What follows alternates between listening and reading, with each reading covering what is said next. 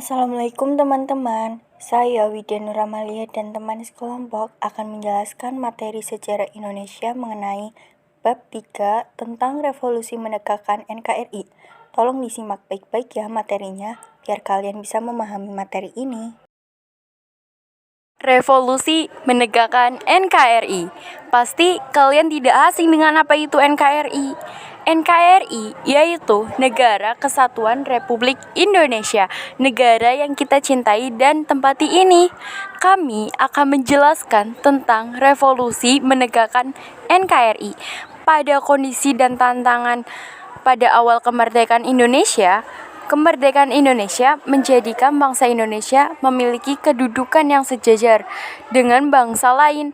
Namun, kondisi Indonesia setelah merdeka tidak serta-merta stabil dan memiliki banyak tantangan. Berikut kondisi dan tantangan awal kemerdekaan Indonesia.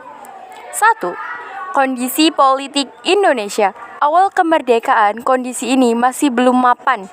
Penyebabnya adanya ketegangan, kekacauan, dan berbagai insiden masih terus terjadi, serta masih ada kekuatan asing yang tidak rela Indonesia merdeka. Namun, bangsa Indonesia telah mengalami banyak perubahan dan pembaruan dalam bidang politik, antara lain pemerintahan membentuk dan beberapa alat kelengkapan negara juga sudah tersedia, meski banyak kekurangannya. 2. PPKI yang keanggotaannya sudah disempurnakan berhasil mengadakan sidang untuk mengesahkan Undang-Undang Dasar dan memilih presiden serta wakil presiden. 3. Menjaga keamanan negara juga terbentuk TNI. Kondisi perekonomian awal kemerdekaan Indonesia. Perekonomian Indonesia masih belum stabil karena berbagai faktor-faktor penyebab yang memperhatikan perekonomian Indonesia, yaitu inflasi, dan pemerintahan tidak sanggup mengontrol mata uang asing yang beredar di Indonesia, terutama mata uang Jepang dan mata uang Belanda. 2. Kas negara dan bea cukai keadaan nihil. Begitu dengan pajak. 3. Adanya blokade ekonomi oleh Belanda. Kerajaan tersebut menyebabkan kondisi Indonesia semakin kacau, terutama Jakarta. Oleh karena itu, pada tanggal 4 Januari 1946, Ibu Kota Republik Indonesia pindah ke Yogyakarta. Usaha yang dilakukan pemerintahan Republik Indonesia untuk mengatasi masalah ekonomi adalah menyelenggarakan konferensi ekonomi pada Februari tahun 1945. Agenda utamanya adalah usaha peningkatan produksi pangan dan cara pendistribusiannya, masalah sandang, serta status administrasi perkebunan milik swasta asing. Adapun cara mengatasi kondisi keuangan pada 1 Oktober 1946, yaitu Indonesia mengeluarkan uang Republik Indonesia yang disebut ORI, Orang Republik Indonesia, dan uang nica dinyatakan sebagai alat tukar yang tidak sah kondisi sosial masyarakat. Perubahan kehidupan rakyat Indonesia di bidang sosial setelah kemerdekaan, yaitu tidak ada lagi diskriminasi dalam struktur kehidupan masyarakat. Semua memiliki hak dan kewajiban yang sama. Dalam bidang pendidikan, pemerintah mulai menyelenggarakan pendidikan yang diselaraskan dengan kemerdekaan. 2. Tantangan terhadap kemerdekaan Indonesia dari Sekutu dan Belanda serta reaksi bangsa Indonesia setelah meraih kemerdekaan. Bangsa Indonesia masih dihadapkan dengan tantangan yang berasal dari Sekutu dan Belanda yang kembali ke Indonesia untuk menguasai Indonesia. Kedatangan Sekutu dan Belanda akibat kekalahan Jepang dari Sekutu menyebabkan Indonesia mengalami kekosongan pemerintahan atau vacuum of power. Masa tersebut, Belanda merupakan bagian dari negara Sekutu bahwa mereka kembali berkuasa atas Indonesia sebelum Indonesia direbut Jepang.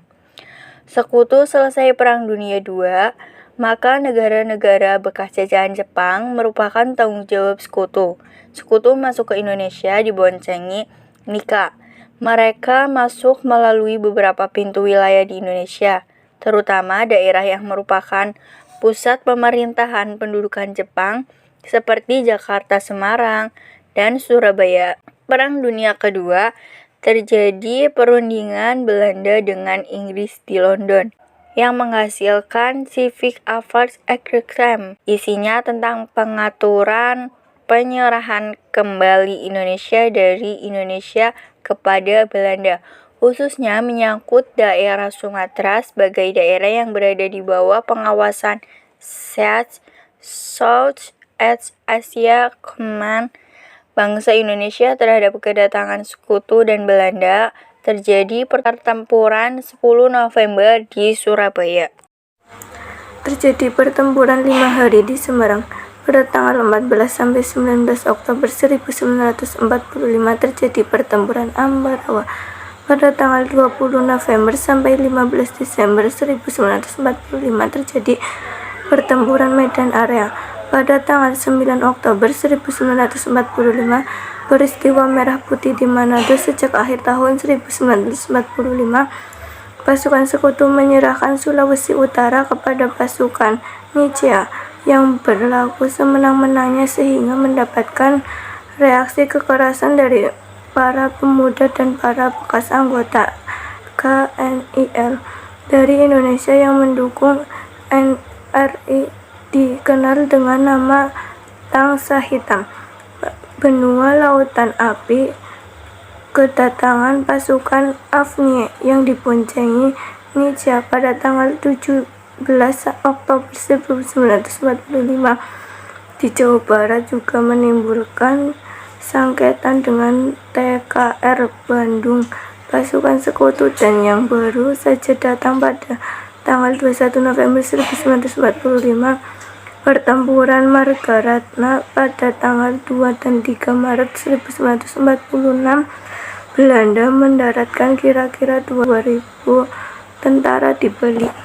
Antara perang dan diplomasi dalam mempertahankan kemerdekaan Indonesia, kedatangan Belanda ke Indonesia yang bertujuan kembali menguasai Indonesia tentu tidak diterima rakyat Indonesia.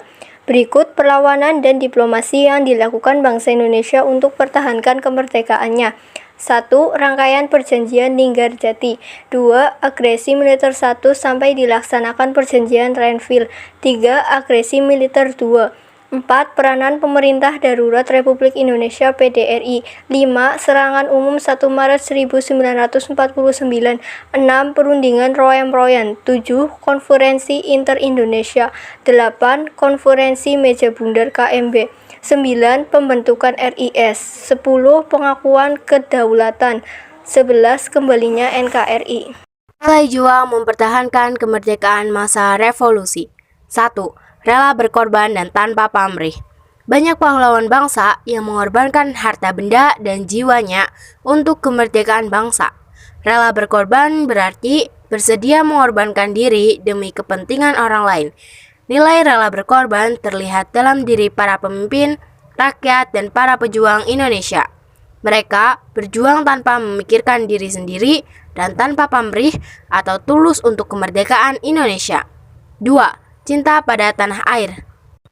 Bangsa Indonesia dapat memperoleh kemerdekaan karena adanya cinta pada tanah air. Cinta tanah air adalah mencintai bangsa sendiri, yakni memunculkan perasaan mencintai oleh warga negara untuk negaranya dengan kesediaan mengabdi, berkorban, memelihara persatuan dan kesatuan, melindungi tanah airnya dari segala ancaman, gangguan, dan tantangan yang dihadapi oleh negaranya.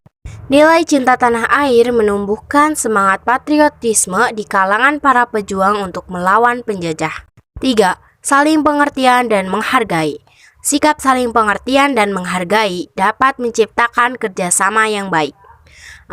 Persatuan dan kesatuan.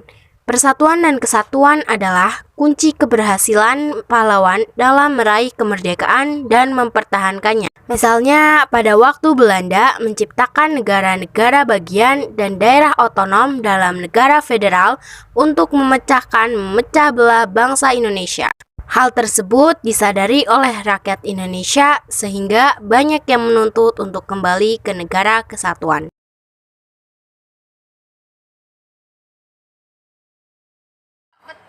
Terima kasih telah menonton video ini. Saya akhiri. Wassalamualaikum warahmatullahi wabarakatuh.